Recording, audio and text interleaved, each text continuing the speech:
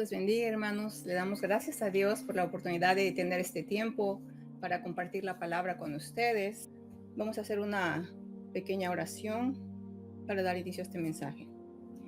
Padre eterno que estás en los cielos, santificado sea tu nombre, Señor. Agradecemos este tiempo de poder meditar en tu palabra, Señor, que aunque no estamos juntos en persona, físicamente, Padre, podemos estar unidos en espíritu, Señor, con el propósito de aprender de tu palabra, Señor, de que tu palabra nos ilumine, nos enseñe, nos corrija, Señor. Padre, me pongo en tus manos, Señor. Te ruego, Padre, que seas dándonos un espíritu humilde, Señor eterno, para poder entender tu palabra, Señor eterno, para que tu palabra caiga en buena tierra y dé un buen fruto en nuestras vidas, Señor, un fruto próspero en cada uno de los oyentes, Padre. En el nombre precioso de Cristo Jesús. Amén. Aleluya. Nuestra cita en 2 Samuel 21:15 dice así la bendita palabra del Señor, en el nombre del Padre, del Hijo y del Espíritu Santo. Y volvieron los filisteos a hacer la guerra a Israel, y descendió David y sus siervos con él, y pelearon con los filisteos, y David se cansó. E Isbibenob, uno de los descendientes de los gigantes, cuya lanza pesaba 300 siclos de bronce, y quien estaba ceñido con una espada nueva, trató de matar a David. Mas Abisaí, hijo de Sarbia, llegó en su ayuda e hirió al filisteo y lo mató. Entonces los hombres de Dios le juraron diciendo: nunca más de aquí en adelante saldrás con nosotros a la batalla, no sea que apagues la lámpara de Israel. Amén. Como podemos darnos cuenta, esta es una porción que nos narra acerca de una guerra. Amén. Una guerra. En esta guerra había un enemigo, que en este caso eran los filisteos. Los filisteos por un periodo de casi 200 años oprimieron a Israel. Es por ello que dice en este versículo: y volvieron los filisteos a hacer la guerra a Israel. Era una opresión constante. A veces ganaban, a veces perdían durante la época de los jueces. Cuando Saúl subió al trono, ganaron bastantes batallas, pero aún así seguían los filisteos tratando de vencer al pueblo de Israel. Cuando subió David al trono, ganó numerosas batallas, y aquí la palabra nos redacta una de ellas. Los filisteos eran un pueblo terrible, ¿verdad? Tenían ventajas sobre el pueblo de Israel, humanamente hablando, porque tenían gigantes, usaban hierro que era superior al bronce de Israel. Ellos hacían sus armas con hierro. Vemos que eran aguerridos, que eran necios, eran perseverantes, regresaban y regresaban y regresaban, ¿verdad? Tenían bien definido lo que querían, y lo que querían era derrotar a Israel, vencer a su enemigo, acabar con él. Vemos que en esta pelea, ¿verdad? Lucha, en esos tiempos las luchas eran de cuerpo a cuerpo. Tendría que haber siempre un contrincante, tenían que tener armas, ¿verdad? Como acabamos de ver, dice que aquí el gigante no iba, aunque era gigante y aunque era fuerte, no iba desprevenido, llevaba su arma. Cosas que ocurren en el combate, durante el combate. Vemos algo real que le sucedió a David. David era un hombre de guerra, era un hombre fuerte, valiente, pero esto no impidió que él se cansara. Se cansó y estuvo a punto de perder la vida. Cuando alguien va a la guerra, ¿verdad? Yo no sé, yo nunca he ido, pero he visto películas, he leído, he escuchado testimonios, he indagado, y vemos que tienen que prepararse. Hay una preparación, ¿verdad? Tienen que tener estrategias, tienen que conocer las armas que van a utilizar, tienen que conocer el enemigo, tienen que conocer el terreno donde van a pelear, ¿verdad? Y todo esto se tiene que tomar en cuenta antes de salir a la guerra. ¿verdad? Y vemos aquí que durante esta batalla dice que David se cansó, ¿verdad? Eran unas peleas que tenían un desgaste físico. Por lo tanto, se cansó David. Y vemos que este gigante no perdió el tiempo. Isbi-Benob, ¿verdad? Él ya iba preparado. Yo no sé si este gigante ya llevaba en mente atacar al rey David. Dice la palabra que él llevaba una espada nueva, ¿verdad? Yo no sé si él pensaba, no estoy diciendo que así sea, ¿verdad? Pero tal vez pensó, esta espada la va a estrenar el rey David. Él sabía que David era una persona muy, muy hábil en la guerra y tal vez lo estuvo viendo durante la batalla, ¿verdad? Peleaba con los que se le venían enfrente, pero su destino era David. Y vemos que encuentra el momento preciso, exacto. Lo encuentra cansado. En otra traducción de la Biblia dice que lo arrinconó, ¿verdad? No solo estaba cansado, sino que lo arrinconó, no tenía para dónde hacerse David. Entonces, cuando el gigante estaba a punto de matarlo, llegó uno de los valientes de David. En el versículo 17 dice, mas Abisai, hijo de Sarbia, llegó en su ayuda. Qué bonito es tener a alguien que esté al pendiente de nosotros, ¿verdad? Tener a alguien en quien podamos recargarnos en un tiempo de necesidad, ¿verdad? Aquí David tal vez no vio ni por dónde salió su amigo, su guerrero, para defenderlo. Tal vez él creía que estaba solo y dijo, pues hasta aquí llegué, ¿verdad? Pero no, había alguien cuidándole las espaldas, ¿verdad? Ahora bien, en este relato podemos ver que tiene similitudes con nuestra vida como cristianos. La palabra del Señor nos habla de que nosotros tenemos un enemigo. En 1 de Pedro 5:8 dice, sed sobrios y velad, porque nuestro adversario, el diablo, como león rugiente anda alrededor, buscando a quien devorar. Así como ese gigante estaba buscando el momento oportuno, también nosotros tenemos un enemigo que está buscando un momento oportuno para atacarnos. En Efesios 6:12 dice, porque no tenemos lucha contra sangre y carne, sino contra principados, contra potestades, contra los gobernadores de las tinieblas de este siglo, contra huestes espirituales de maldad en las regiones celestes. Vemos que tenemos enemigos reales.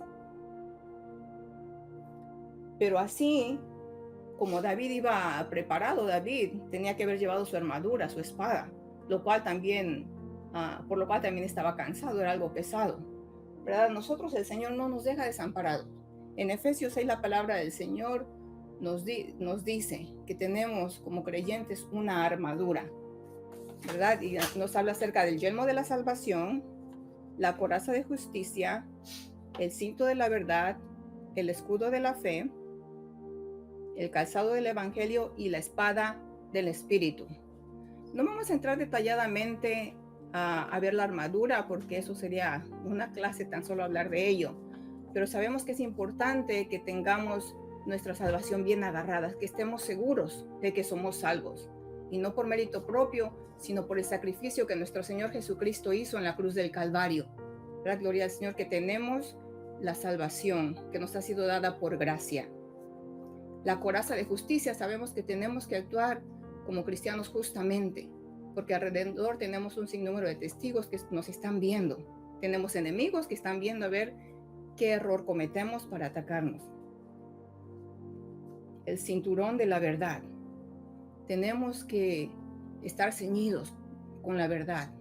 Es muy difícil en este tiempo. Es increíble ver cuánta gente miente hasta por la mínima cosa que no tiene ni qué. ¿Verdad? Es un mal hábito que existe en este tiempo, de mentir por cualquier cosa. Nosotros debemos de hablar verdad en todo tiempo. La espada del Espíritu, ¿verdad? Podemos defendernos con la espada del Espíritu, que es la palabra de Dios. Por eso la importancia de saber la palabra, de memorizar versículos, para cuando el enemigo venga a atacarnos, nosotros tengamos con qué contraatacar. el calzado del Evangelio. El calzado, el apresto del Evangelio, el Evangelio sabemos que quiere decir buenas noticias. Yo siempre las veces que he escuchado prédicas acerca de esto, nos hablan de que tenemos que evangelizar. Pero en este caso estamos viendo que esta es un arma para nuestra protección, algo que nos va a ayudar a nosotros en el tiempo de guerra. El calzado del Evangelio. ¿De qué serviría que yo vaya y predique el Evangelio si no lo vivo? Cuando nos está hablando del Evangelio como parte de la armadura, lo que nos quiere decir la palabra es que tenemos que vivirlo.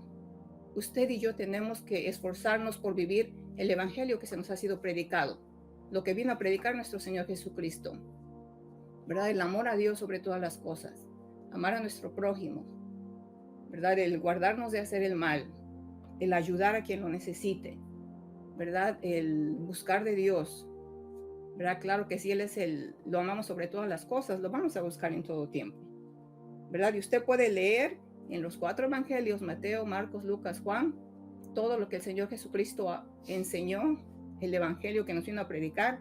Ese es el evangelio que nos habla que tenemos que vivirlo. Cuando nosotros vivimos el evangelio y no solo lo predicamos, eso nos ayuda en nuestro caminar, ¿verdad? Si un soldado va a la guerra y no lleva calzado, se puede cortar el pie, ¿verdad? Lo puede picar algún animal, algo le puede pasar y no importa que lleve todas las armas, si los pies se le dañan no va a poder andar. Entonces es por eso la importancia de que usted y yo vivamos el evangelio. Amén.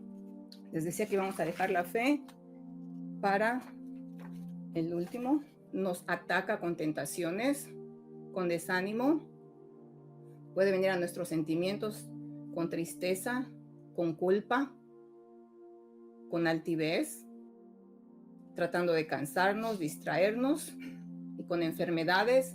Y estas son, por nombrar algunas de las cosas que el enemigo usa para atacarnos. Ahora vamos a seguir viendo unos versículos acerca de cómo usted y yo podemos obtener ayuda a través de las escrituras, las promesas que hay y el consejo de la palabra. En Efesios 6, 10 y 11 dice: por lo demás, hermanos míos, fortaleceos en el Señor y en el poder de su fuerza. Esto es antes de ponerse la armadura. No solamente tenemos que buscar del Señor, de recurrir a la ayuda cuando nos llegó el tiempo difícil. Es mejor estar apercibidos, fortaleceos, antes de que llegue el tiempo malo. Antes de que llegue la situación difícil a nuestra vida, tenemos que fortalecernos en el Señor y en el poder de su fuerza. ¿Y cómo nos fortalecemos?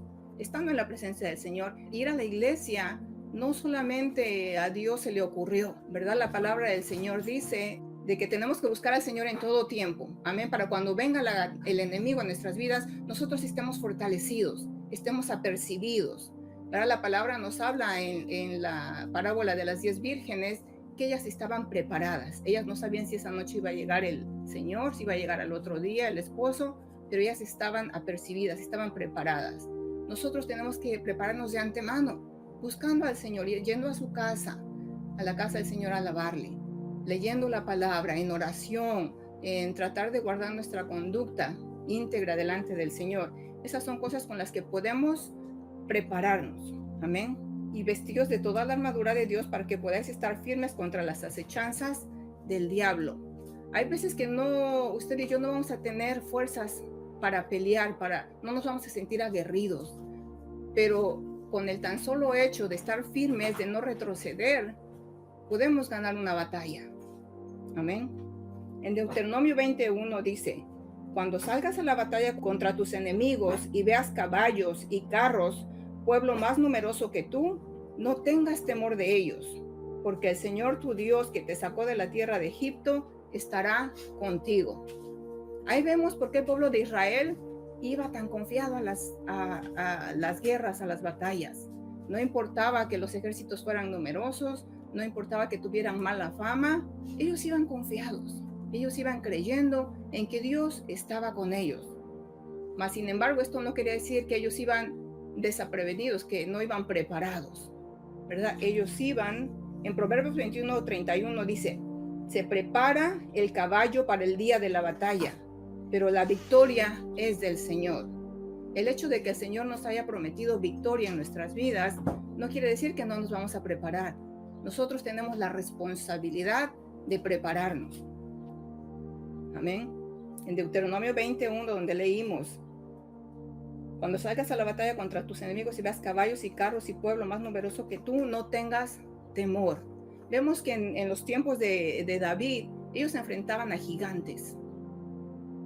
Algo que me llamaba mucho la atención fue en el versículo 16, donde dice: e Isbi-Benob, uno de los descendientes de los gigantes, cuya lanza pesaba 300 ciclos de bronce, y quien estaba ceñido con una espada nueva. Tenía una espada nueva. Durante nuestro caminar en el Señor vamos a tener diferentes tipos de luchas, diferentes tipos de batallas. Y el enemigo no se da por vencido, así como eran necios estos filisteos. Así es el enemigo de nuestras almas, que el Señor lo reprenda. Y hay veces que ellos forjan armas especialmente para usted y para mí. Dicen, tal vez esta arma no logró su objetivo la vez pasada. Vamos a hacer una nueva. Es por ello, hermanos, que cuando nos estén pasando situaciones difíciles en nuestra vida y venga una tras otra, no se desespere. No pierda la fe, no pierda la confianza, ¿verdad? Tengamos presente que el Señor está con nosotros y que el enemigo está haciendo su trabajo. Es por ello que usted y yo tenemos que hacer el nuestro y estar apercibidos. En 2 de Corintios 2:11 dice: para que Satanás no gane ventaja alguna sobre nosotros, pues no ignoramos sus maquinaciones. Cuando llegan situaciones a nuestra vida que nos quieren hacer, aquí veíamos que es tentación, que nos quieren hacer desanimar, nos traen tristeza, ¿verdad? Tenemos que recordar que el enemigo maquina en contra de nosotros. A veces que la gente no tiene la culpa, ¿verdad? Bueno, se dejan ser portadores, ¿verdad?, de lo que el enemigo trae para con nosotros, pero hay veces que ni cuenta se dan, y el que está atrás de ello es el enemigo, ¿verdad? Es por eso que el Señor nos habla del amor al prójimo, del perdón, porque muchas veces la gente es manipulada. No es que salió de ellos, sino que están siendo manipulados por el enemigo, aunque también a veces sale del corazón de lo que la gente tiene guardado. Pero hay veces que viene con tristeza, con culpa. Estaba leyendo en Apocalipsis 12, 10 y 11, donde habla que esto va a tener un fin. Toda guerra que empieza tiene un final. Las guerras no son eternas, ¿verdad? En una porción dice que porque ha sido expulsado el acusador de nuestros hermanos. Fíjense que una de las cosas, de las armas que utiliza el enemigo, ¿verdad?, es que viene y nos tienta, viene y nos incita a pecar, viene y nos incita a hacer lo malo, viene y después, ¿sabe qué? Que va de chismoso, ¿verdad? Va y nos acusa con el Señor. Va y dice, mira lo que hizo tu hijo, Señor, mira tu hija, no, que muy santa, y mira lo que acaba de decir, mira lo que acaba de pensar. O a veces a nosotros mismos nos acusan en nuestra propia conciencia, nos dice, y así, ay, sí, ya vienes muy santa a escuchar la palabra, pero ¿qué tal hace rato? ¿Verdad? Es una lucha que pareciera algo risible, pero es algo real. Pero hay veces que no, y Dios te va a perdonar, mira lo que hiciste. Hay veces cosas que ya tienen años que pasaron, pero ahí viene el enemigo a estarnos acusando con culpas. Una de las cosas que hablábamos también era de la altivez. Una gente se puede ver muy humilde, de apariencia muy humilde, ¿verdad? Puede tener un lenguaje muy humilde, pero cuando nosotros anteponemos otras cosas a buscar de Dios, es que estamos confiando en nuestra habilidad, en lo que yo puedo hacer por mí, y estamos dejando a un lado al Señor, ¿verdad? Tenemos que tener cuidado porque esas también son maquinaciones del enemigo en contra de usted y mías. Ahora bien, les decía que las guerras no duran para siempre, ¿verdad? Toda guerra que empieza tiene que terminar. Y tenemos una promesa muy hermosa en Isaías 54, 16, 17, dice: he aquí yo he creado al herrero que sopla las brasas en el fuego y saca una herramienta para su trabajo. Yo he creado al devastador para destruir, ¿verdad? Y después viene la promesa para usted y para mí. Esto es un hecho. El Señor nos está diciendo, ¿vas a tener guerra? Va a haber, es inevitable. Hay cosas que se pueden hacer preventivas para cuando llegue la guerra, pero no hay nada que se pueda hacer para prevenir las batallas que tenemos que pasar. Ninguna arma forjada contra ti prosperará, y condenarás toda lengua que se alce contra ti en el juicio. Esta es la herencia de los siervos del Señor, y su justificación viene de mí. Gloria al Señor por esta preciosa promesa. Pero tenemos que fijarnos que no dicen que esta es la herencia de los que van a la iglesia, de los que creen en Dios. No dice esta es la herencia de los siervos de Jehová. Cuando usted y yo servimos al Señor, y para servirle no quiere decir que usted tenga que ser un gran evangelista o predicador o que tenga alguna posición en la iglesia. Al Señor se le sirven de muchas formas. Hasta el estar orando usted por su hermano, usted está sirviendo a Dios al orar por otras personas, ¿verdad? Al levantar un ayuno, ¿verdad? En el Nuevo Testamento nos habla de una anciana, dice que servía al Señor con oraciones y ayunos, ¿verdad? Podemos servir al Señor, podemos ser útiles, no hay excusa.